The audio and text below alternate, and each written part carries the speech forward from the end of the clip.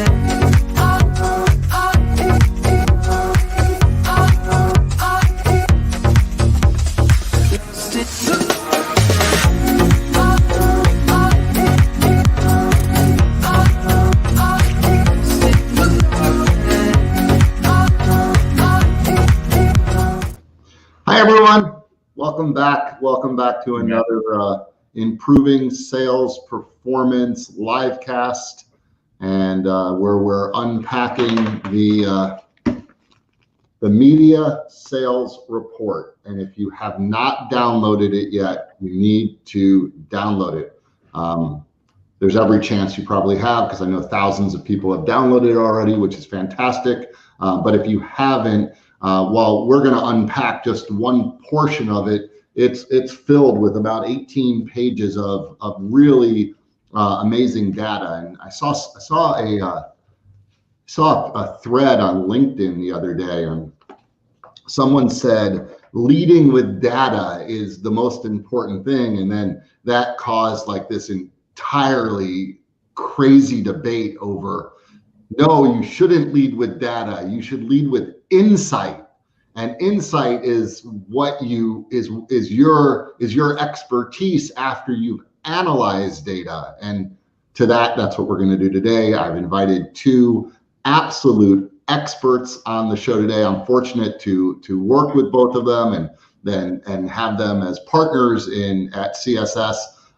Let's see, we'll start with John Henley, and he is he's right there. How about that? I think I did that. Hey, here I am. There. And he is a managing partner. And then down there, hold on. No. Here. There is Greg Giersch, who's a partner and VP of Client Services at CSS. And today we are going to really unpack sales training and how we do it at CSS, but really what the research said. But like we always like to do, if you're joining us live, and I know there's a bunch of you that are, check in, tell us two things today, two things, pay attention. One, where are you today? Like what city are you working from today? Because now we're in a work from anywhere environment. And number two, what is the current weather where you are? I'm in Dallas, and today it is beautiful. It's like 75 degrees and sunny here in Dallas. And so check in, let us know where you are. I think last week when we did this, it was 0 degrees and like 6 inches of snow on the ground here in Dallas. So what a difference a week makes. So check in. We'd love to hear from you. We'd love to know where you're coming from and what the temperature is where you are. All right, Greg, John, you guys ready? Yep. Yeah. All right. Do it. So as I read through the media sales report, one of the things that the data showed us was that 92% of sellers say that learning and development is important in their role. So almost all the salespeople, and there were over 350, I think, I don't have the exact number in front of me, salespeople that responded to this said learning and development is really important. So what sort of training is important to salespeople right now? And let's just start with that kind of that macro question. What is the important sales training that people need right now? And John, we'll start with you. All right, thanks, Matt. It's funny when you talk about data and insights. I heard this statement used lately that data's the foundation, and then your insight you bring to it, but then the outside, get the outside view. So you're getting outside today to go with your own insight, which is pretty cool. You know what? I think of it this way. We've talked about this the three of us over the last year or so, that you really can, in the simplest sense, break it down to generating leads, selling solutions, and serving clients. That's the ultimate best way, I think, to simplify it. Right now, it's all about generating leads. We've done some polls on this, even to add to the media sales report. That whole identifying the right categories of business, which changed so fluidly over the last year from early stage COVID, and as we went forward, that whole identifying who are the best people and then connecting with them. So that's what I'm seeing in terms of what's needing. It's salespeople needing to have a fresh view of what that looks like. So Greg, take that same question, and that's good of what we should be focusing on. That's good of the topic or the area, but how is it being delivered, and how is that different than how it used to be delivered? What are you seeing? Well, first, I would like to go a little bit on what John said, because obviously things are changing in the way salespeople have to sell. And so what we're finding, I think, is as much as you need to always be learning those 3 steps John mentioned, except maybe those 8%, because you said only 92%. They already know everything. They don't need it. They don't need it. They know everything. You always have those salespeople. But I think what we're hearing a lot is they're finding in those very beginning steps, at least this is what they perceive, they're having the hardest time. That even though we've been remote a year, that they're having a hard time identifying the right people because the landscape has changed. They're having a hard time connecting with them.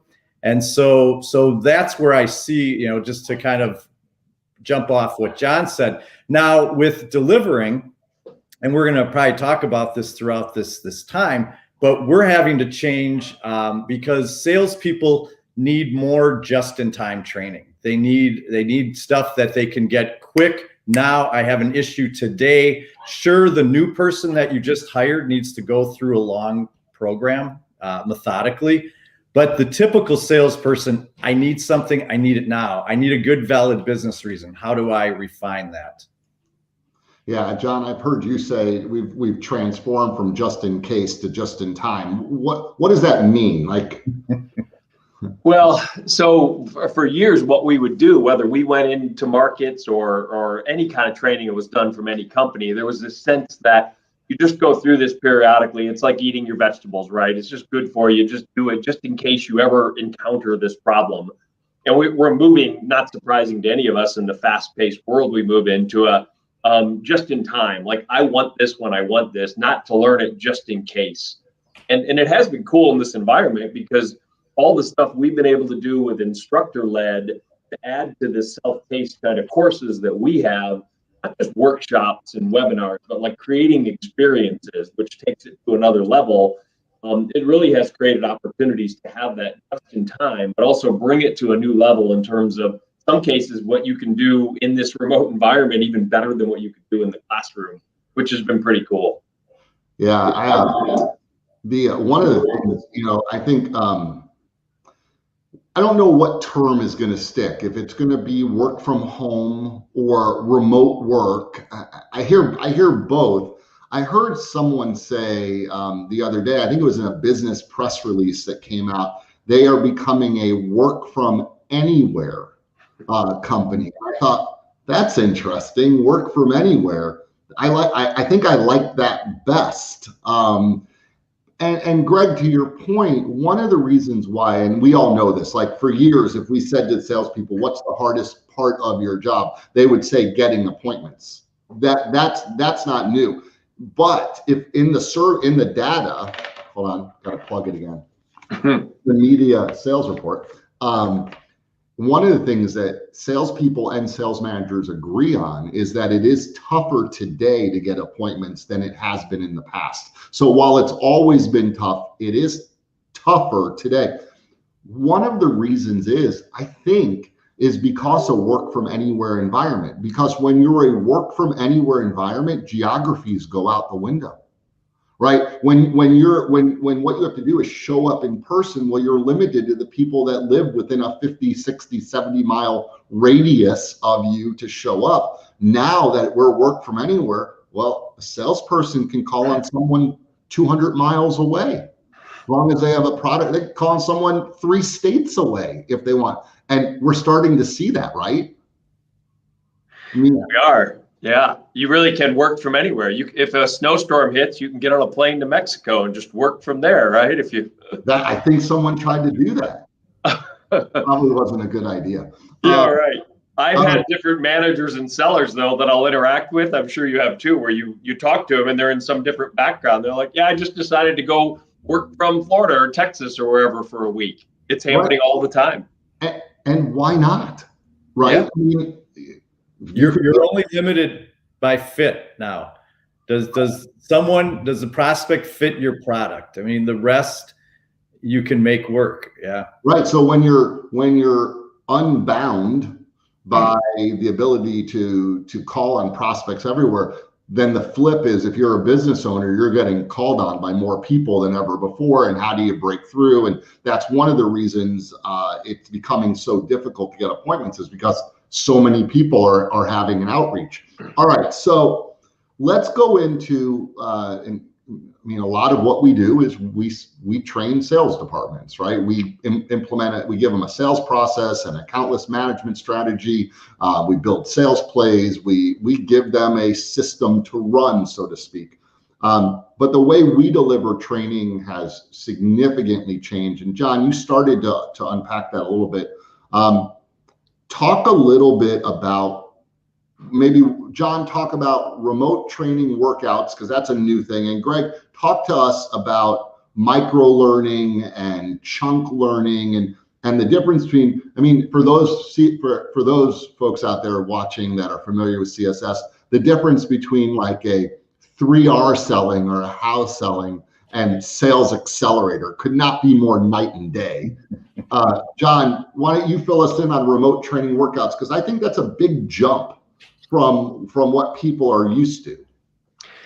Yeah, so the remote training workouts that we started this year, they do combine a lot of these things. Some of the intention behind it was that difference between just in time to just in case, saying, hey, this week we're doing a workout on the best categories to be looking into right now, or the best way to connect with prospects. We can have something that's just in time.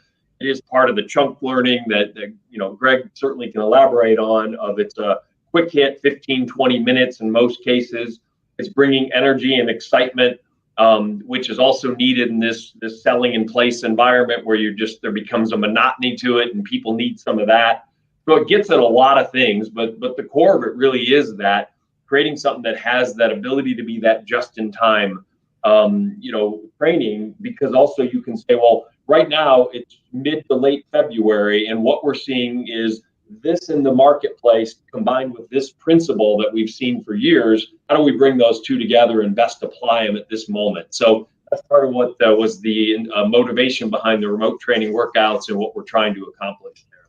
And then Greg, a couple of years ago, we switched to a chunk learning or a micro learning strategy. And I think that's been I think with what's going on right now, that's turned out to be the exact right move to make. It's kind of, I see other companies doing training that's more of the long form. And I'm like, who has time for that? I don't know how anybody can do that. But what is this micro learning and chunk learning? How's it work and why is it working? Well, it's interesting because in the end, the learner, the salesperson, does the same amount of training, but it doesn't feel like it. When you said who has time, because what we what we've done is we've taken big courses that you would sit down for an hour, and we've broken them into 5, 10, 15 minutes. And what we're finding is people still sit down maybe for an hour, but they get it in chunks, and it lets their brain process it. First of all, it lets them kind of, if you will, each chunk is a drawer in your brain instead of one giant closet that you threw everything in. You now have a nice way to organize it. And what we're finding is that so people will sit down and do it, but they don't always have to. So when they only have 15 minutes, they're like, I can do training if they've got a half hour. But typically they still do it in an hour, but they get it in chunks that give them time to pause, to have a sense of completion. I mean, I think that actually even impacts how they remember it. Just that I completed this is important. But the other thing that chunked training does is each chunk that we present has an action plan and a download. And so before, if you were presenting it as one full hour, even if I gave you 6 action plans, you're not going to remember them. So now we can say, based on learning this, go do this, go change your behavior, use this download to help you. And that's really a key, is the chunk also helps you retain it and apply it. Yeah, I think about if I was sitting down and I want at night to watch TV, right? And I see a 3.5 hour movie. I might say, I don't have time for a 3.5 hour movie. That's ridiculous. I'm not doing that. So I might watch an hour long show that's a series. And then after the first episode, I'm like, oh, that was good. I'll watch another one. And then after that, well, in the end, I was there the exact same amount of time, but I was in charge. I had the control to stop it and be satisfied and walk away after 1 episode or 2 episodes or 3 episodes. And I think that's exactly what you're saying, Greg. And I think that's what we're seeing with the design of the courses, anywhere from 6 minutes to 15 minutes in length. People might say, oh, I don't want to do an hour's worth of an hour long training, but they'll sit down and do 4 15-minute ones and feel good about it. So I think that's really important, and that's a really good segue to where I want us to go, because as people do read and go through the media sales report, not everyone that's reading this is a client of ours.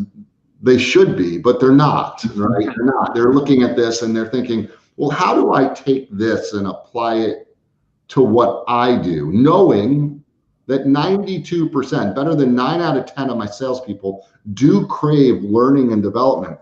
Here's what we also learned from the survey. 73% of the sales managers surveyed said they do weekly training.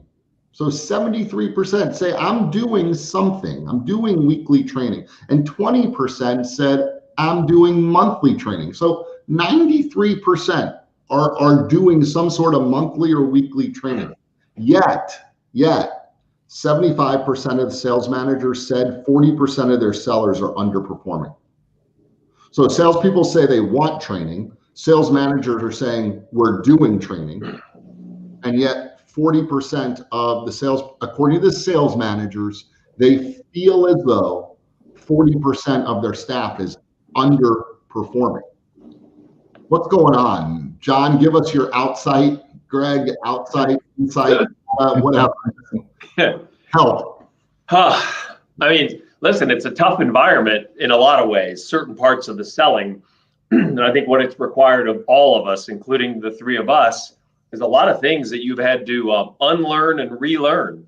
And certainly sellers have gone through this. So what I'm seeing in an overarching way, and I think, Matt, you and I have talked about this, that every seller you talk to will say it's more efficient to serve current clients this way, but it's harder to make a connection with new prospects. So you've got both of those things going on at one point.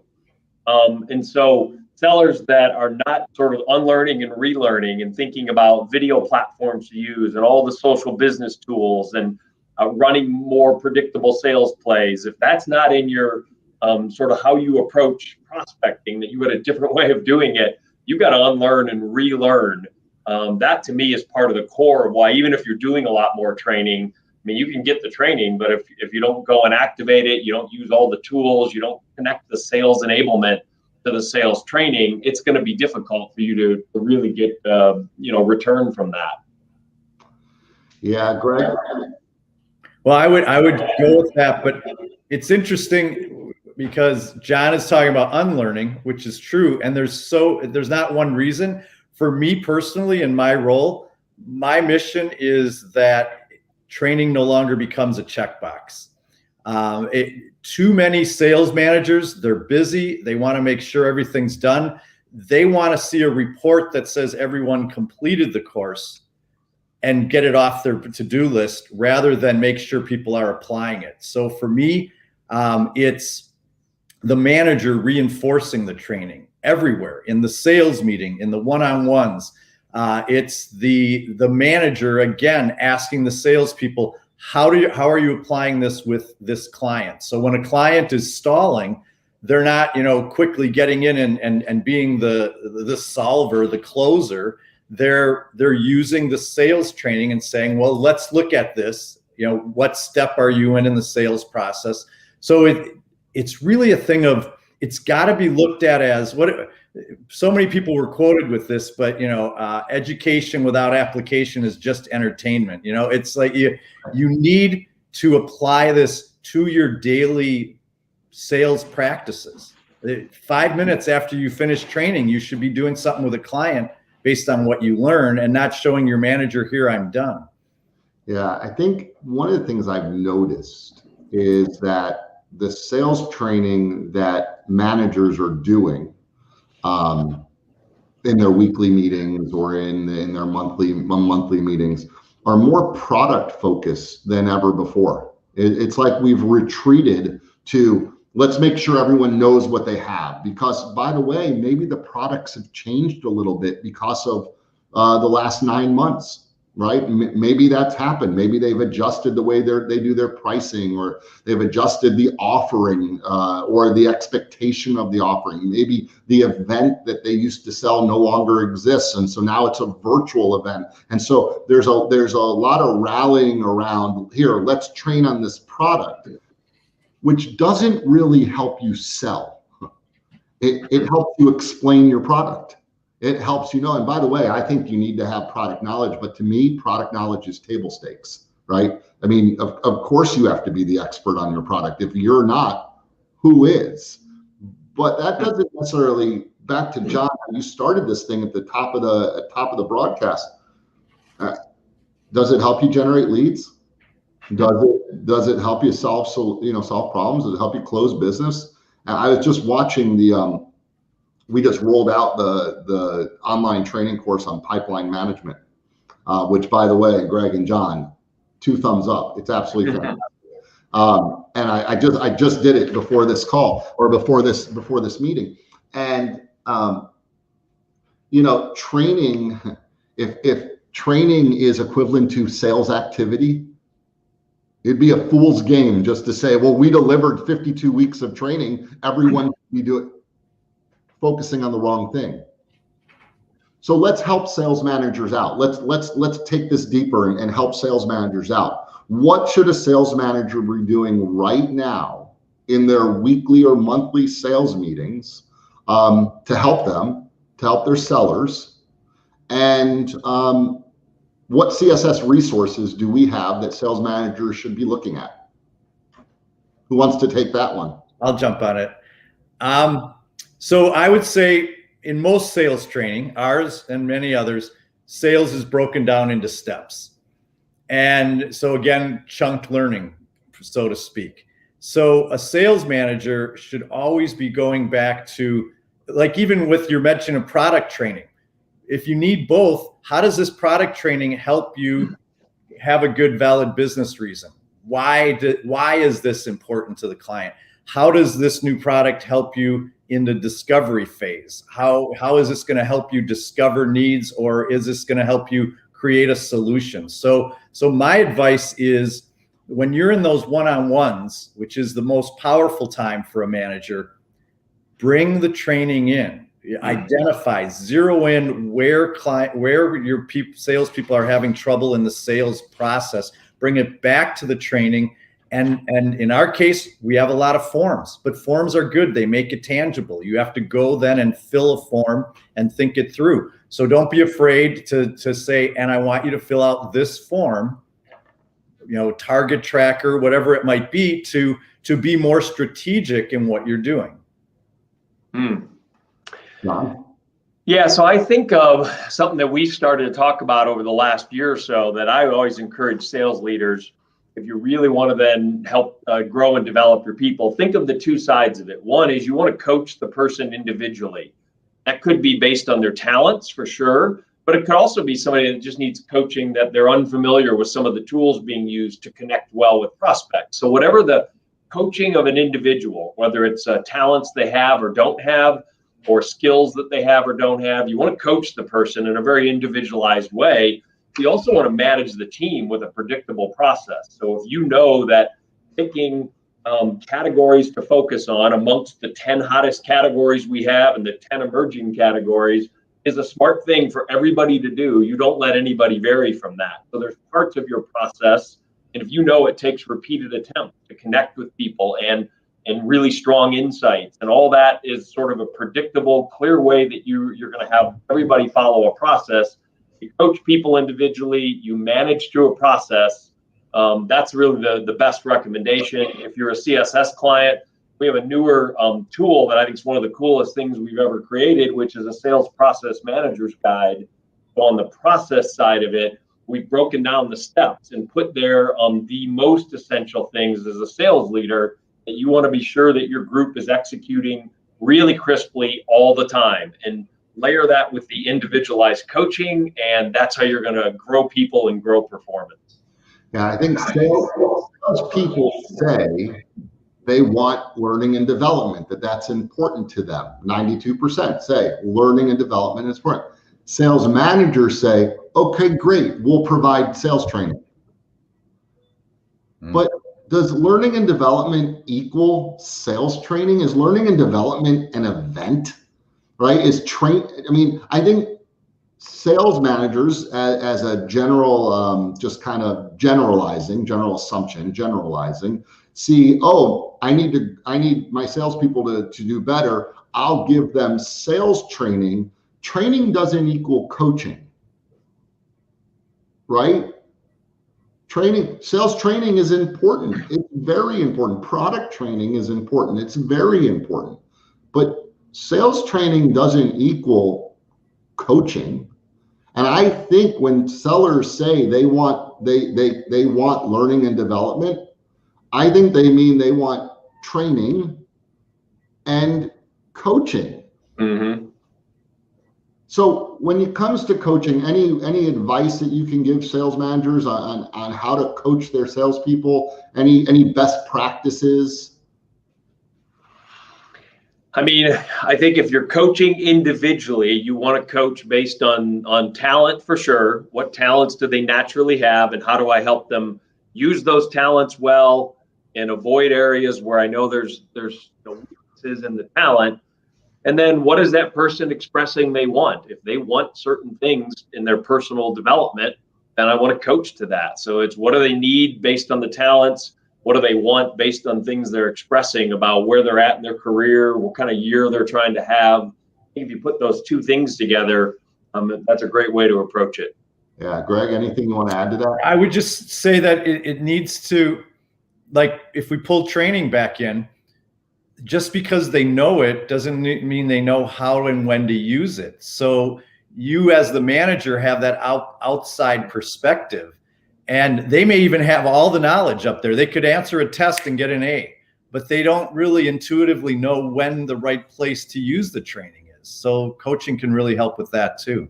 Yeah, one of the things that's kind of on my mind, I guess, is, and because I'm leading talent-focused management, and today's talent-focused management day, is that one of the keys to really good coaching is being in field, right? It's seeing it in action. And by the way, in-field coaching has gotten so much easier in a work from anywhere environment. I mean, I heard a great saying, Zoom along, right?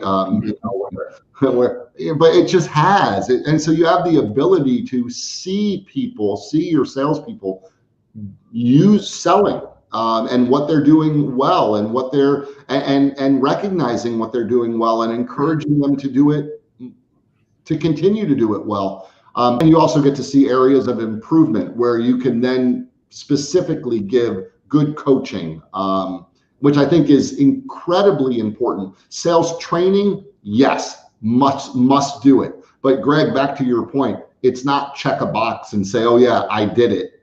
It's let's do it correctly. But I think that the outside, using John, your word from this, is that salespeople, 92% said they want learning and development. They didn't say they want more sales training. They said, I want learning and development, which includes sales training, but not exclusively sales training. Final comments as we wrap up today's broadcast. John?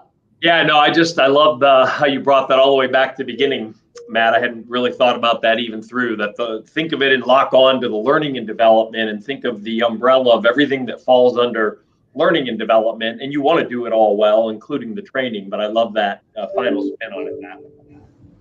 Greg? I think my final comment would just be to wrap up what I've been saying, which is training needs to be applied. And as a manager, anything you can do to help with that is going to go far. Yeah, I just put up something that our very own Stephanie Stoll commented and said, training needs to be applicable, relevant, and learner driven. And isn't that just perfect? That's a great way for us to end today. So thank you, Greg and John. And we're going to put up if you want to continue the conversation with either Greg or with John, we're going to put up the ways that you can reach them, whether it's through LinkedIn or directly.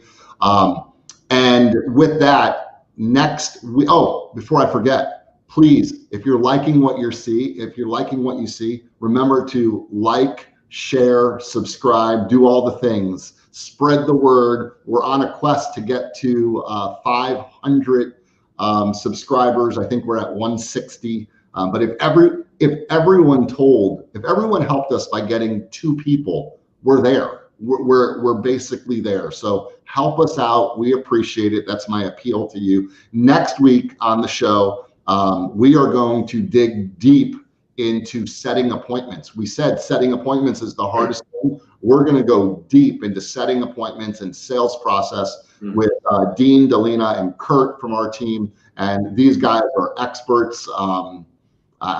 They do a great job of themselves of setting appointments for the work that they do in sales. But they're also really good at helping others to do that. I think you're going to absolutely love it. So set an appointment to see us next week, or just subscribe, and you'll have that information. All right, everybody, great to see you. Have a fantastic Tuesday. See y'all. Thanks, Matt.